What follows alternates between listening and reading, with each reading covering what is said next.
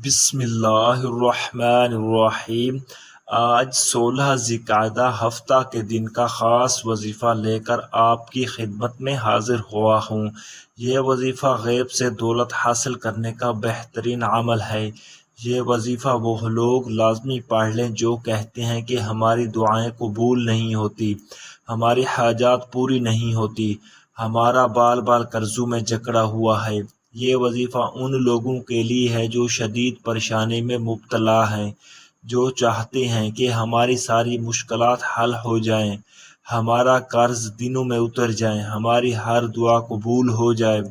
تو آج موقع ہے، آج قبولیت کی گھڑی ہے، آج تقدیر اور نصیب لکھنے کا دن ہے، آج رب کریم سے مانگنے کا دن ہے اپنی تمام حاجتوں کے لیے، اپنے تمام پریشانیوں کے لیے۔ اگر آپ لوگ چاہتے ہیں کہ فوری طور پر آپ مالا مال ہو جائیں، آپ کی زندگی میں، آپ کے گھر میں، آپ کے کاروبار میں برکتیں ہونا شروع ہو جائیں، تو آپ لوگ چلتے پھرتے کسی بھی وقت اس وظیفے کو لازمی پڑھ لینا چاہیے۔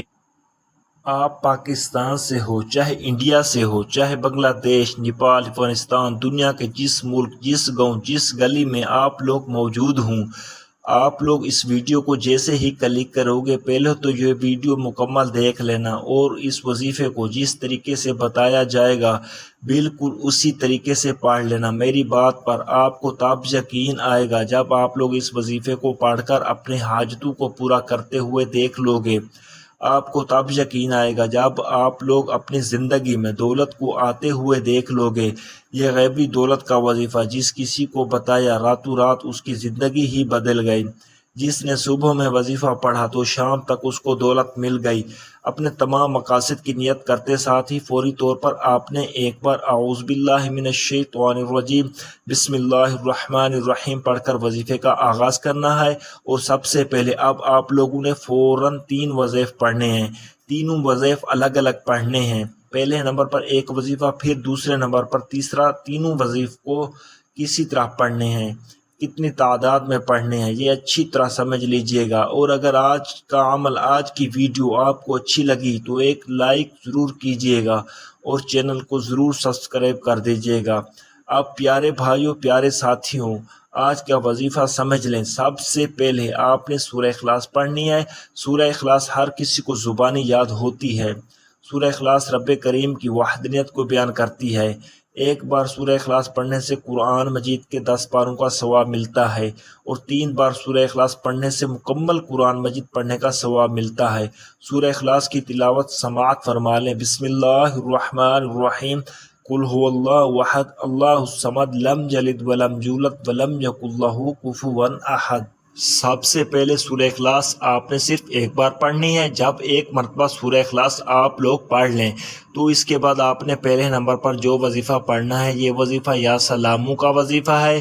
اب یہ سلاموں کا وظیفہ آپ نے کیسے پڑھنا ہے اور کتنی بار پڑھنا ہے، توجہ کیجئے گا۔ یا سلاموں ایک بار ہو گیا، یا سلاموں 2 بار ہو گیا، یا سلاموں 3 بار ہو گیا۔ اس طرح سے آپ یا سلاموں کو اچھی طرح گن کر اپنے دائیں ہاتھ کی انگلیوں پر پڑھ لیں یا تسبیح کے دانوں پر پڑھ لیں۔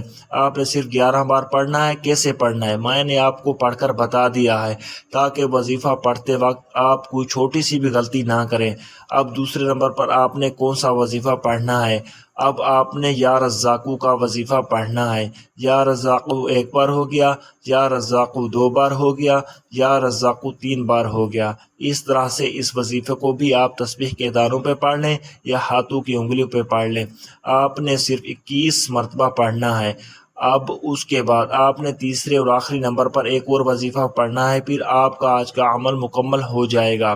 آخری وظیفہ کسی طرح پڑھنا ہے، کسی ترتیب سے پڑھنا ہے، اور وظیفہ سمجھنے کے بعد آخر تک ویڈیو دیکھیے گا تاکہ آپ کو پتہ چل سکے کہ آخر میں کرنا کیا ہے۔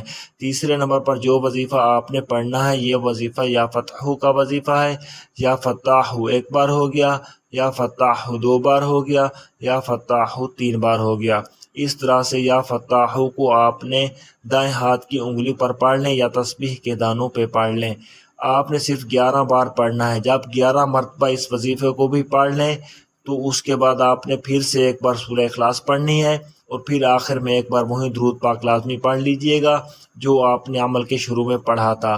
اب آپ کا عمل مکمل ہو گیا۔ عمل کی ترتیب: سب سے پہلے باوضو مصلی پر بیٹھ کر ایک بار نبی کریم صلی اللہ علیہ وسلم کی ذات مبارکہ پر درود پاک پڑھنا ہے، پھر ایک بار سورہ اخلاص پڑھنی ہے، اور پہلے نمبر پر 11 بار یا سلامو پڑھنا ہے، پھر دوسرے نمبر پر 21 بار یا رزاقو پڑھنا ہے، پھر تیسرے نمبر پر 11 بار یا فتاحو پڑھنا ہے، پھر آخر میں ایک بار سورہ اخلاص پڑھنی ہے، اور آخر میں وہی درود پاک پڑھنا ہے جو عمل کے شروع میں پڑھا تھا۔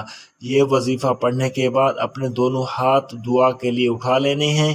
جو آپ کے حاجت ہو، جو مراد ہو، اس کے لیے اللہ پاک سے خوب دعا مانگنی ہے۔ میرے بھائیوں، میری بہنوں، اس عمل کو اپنی زندگی میں ایک مرتبہ لازمی کر لیجئے گا۔